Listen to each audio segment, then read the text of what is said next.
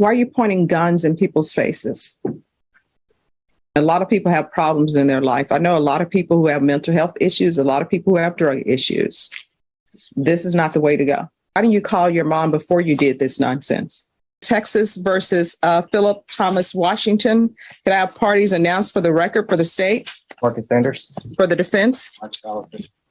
And are you Mr. Washington? Yes, ma'am. All right. In each of the cause numbers, you entered a plea of guilty. And cause number 2022 CR 3498B, you entered a plea of guilty to count 1. State waived count 2 in the repeater paragraph without objection. And 2022 CR 3873B, you pled guilty and the state waived the repeater count without objection. And each cause, I found that there was sufficient evidence to find you guilty, and the court found you guilty. According to the plea bargain agreement, there's no application.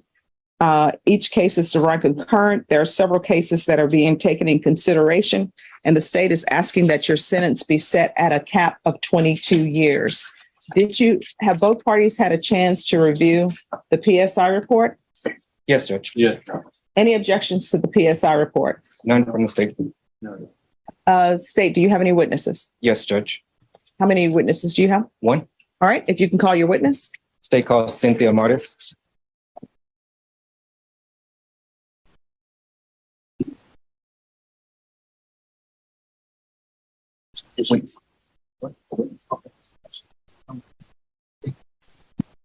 All right, can you come forward and raise your right hand for me, please? Do you solemnly swear or affirm the testimony you give will be the truth and nothing but the truth, so help you God? Yes. All right, you can lower your hand if you state your name for the record. All right, state. Thank you. Cynthia, are you aware why we're here today? Yes, sir. Are you one of the victims in cause number 2022 CR 3498B? Yes. And the judge is familiar with the facts of the case. I just want to go over a few details that may not have been in the report. What were you doing?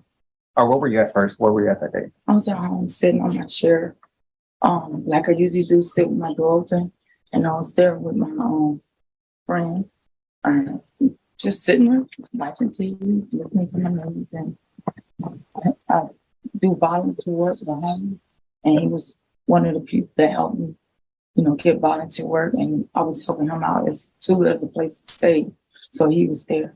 Okay. So let me ask you another question. How long had you been in that apartment? About a week and a half. Okay. You said you were sitting there with the door open? Mm-hmm. Okay. And the person that was with you, was that Kenneth? Yes. Okay. And you knew him from where you do volunteer work? Yes. What kind of volunteer work do you do?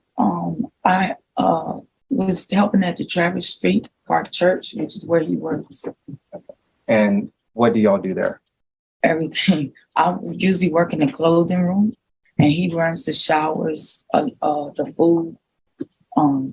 He tells everybody where to go. You do this, you do that, you do that. And so on that day, the co-defendant came up to you, right? The female? Yes. And I thought I knew her, but because I know a lot of people, but I help out. I feed people too on the side. So you don't remember all their faces. Some people just need a shower. Some and hey, go ahead, take a shower. Okay. And so that's why you let her use your phone? She didn't use my phone. Oh, whose phone did she use? She didn't have a phone. She made an excuse that she had left her phone in her car, and she looked like she was stressed out.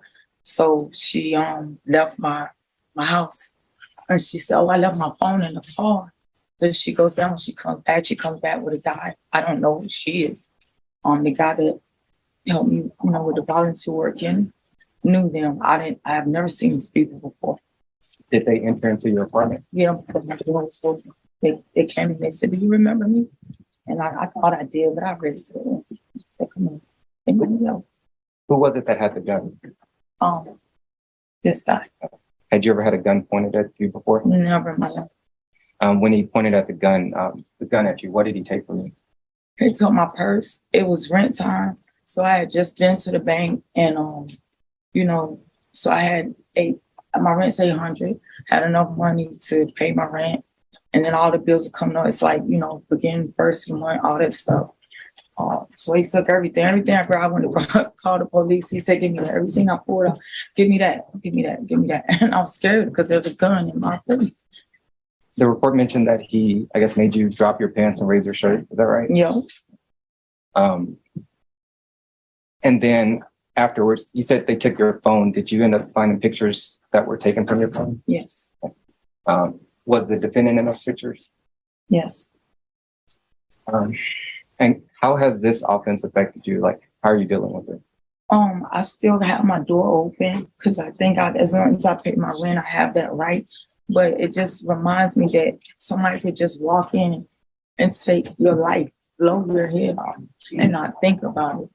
And you've done nothing. What did I deserve to have somebody come and take my money that I work for? I work 2 jobs. I do home health care. And I don't know why I was targeted. I worked so hard to help people, to have these strangers walk into my life and pull a gun on me. And I was scared. I'll never forget. Because he could have just killed me. You know, some people might rob you and say, okay, I got everything and go, but I couldn't take a chance. My friend, he said, he wouldn't empty his pockets. He said, you know, screw you, excuse my language. But I was scared. I never had this happen to me before in my life. Why? And it's a memory I'll never forget because it could have been, I could not be here today had he chose to pull that gun. Why? Your Honor, we'll pass a witness. All right, thank you. Defense, do you have any witnesses? I have one, Judge. Yes, have them come forward. Cheryl Washington. Cheryl Washington. Can you come forward, please?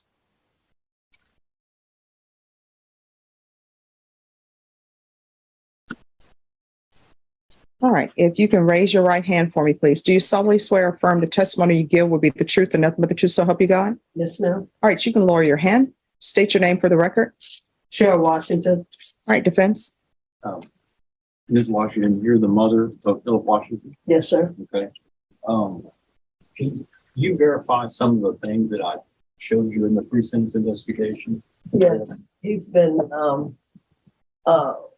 as a child, he was kind of bipolar and, you know, he had some effects. Does that continue his mental condition into His mental juvenile? condition into juvenile, yes. And recently, when all this crime was happening with him, what was changing in his life? What was going on there? Well, I think drugs came effect in his life. Did he become addicted to methamphetamine? Yes, he did. Yes, he had did. a new girlfriend that was running And around with him. that's where he met. Before then, he wasn't doing. He came out from the 10 years that he previously had and was doing good. And when he met her, it went downhill. How long was he doing good? He was doing good at the time he got about, I'd say 7 months, the time he was out. But when the methamphetamine was, it The just method, he lost all control. passed it. All right, thank you. No question. That's all for me. Yes, thank you so much. Any other witnesses? All right, Mr. Washington, anything you wish to say? All right, you want to raise your right hand? Do you solemnly swear or affirm the testimony you give will be the truth and nothing but the truth, so help you God? All right, you can lower your hand. I think they don't have questions for you. All right, so here's my question. Why are you pointing guns in people's faces? I have no excuse. Why didn't you get a job? I have a job at Toyota. No, So why are you taking money from somebody who's working 2 jobs to support themselves? influence. It's not really an excuse, Your Honor. Why are you bringing your mom down here for this nonsense that you have done? Because this is what I've discovered. People, when they get in trouble, who do they always call? Their mom. Why didn't you call your mom before you did this nonsense? How old are you? 2 years old, Your Honor. So you're old enough to know better. And a lot of people have problems in their life. I know a lot of people who have mental health issues, a lot of people who have drug issues. This is not the way to go. You could end up killing her. You could end up getting killed yourself. All right. All right. Is there anything else? Because the court is going to make its ruling. All right. Then each of the cause numbers, the court is going to sentence you to 22 years in the prison, give you credit for any time served. There's a $500 fine, and each cause number's time and money run concurrent. There's an affirmative finding of deadly weapon in each cause number. Cases taken in consideration are 2022 CR 3501, JN numbers 2049196, 2076193. You are to agree that you committed the court is finding that you committed the offenses of aggravated robbery on December 27, 2021, December 30th, 2021, and January 5th, 2022, with and in concert with Petra Calderon. There's to be no contact with Cassandra Acosta, Jorge Colmenares, Kenneth Henry, and Cynthia Murray or Morris. Is there anything else from either side with regards to sentencing? There we go. And each of the cause numbers, I'm showing you what's entitled Trial Court Certification of Defendant's Rights to Appeal. Did you review those documents with your attorney? Did you understand them and did you sign them? All right, because this is a plea bargain agreement, because I followed your plea bargain agreement, and because you waive your right to appeal, you do not have the court's permission to appeal. Do you understand? If you have a question, you're also not allowed to own or possess any weapons or firearms. Do you understand? If you have a question of a weapon, what a weapon is or ammunition is, you'll need to speak to an attorney. Do you understand? All right. The courtroom fell silent as Philip Thomas Washington stood before Judge Stephanie Boyd to be sentenced for a series of violent aggravated robberies.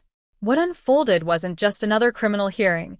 It was a painful reminder of how one reckless decision can destroy countless innocent lives.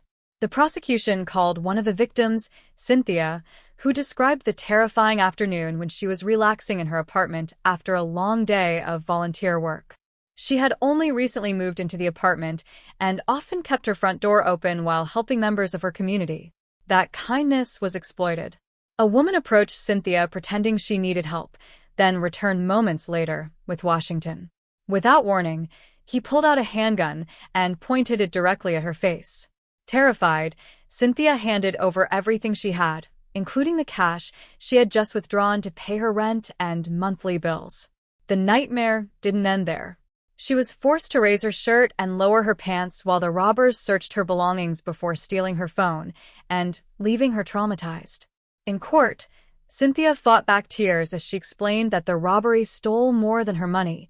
It shattered her sense of safety. Despite continuing to help others through volunteer work, she admitted she would never forget the fear of staring down the barrel of a gun, wondering if she was about to die. Washington's mother testified for the defense, explaining that her son had struggled with bipolar disorder and later became addicted to methamphetamine after falling in with the wrong crowd. She pleaded for compassion, saying drugs had completely changed him. Judge Boyd wasn't persuaded.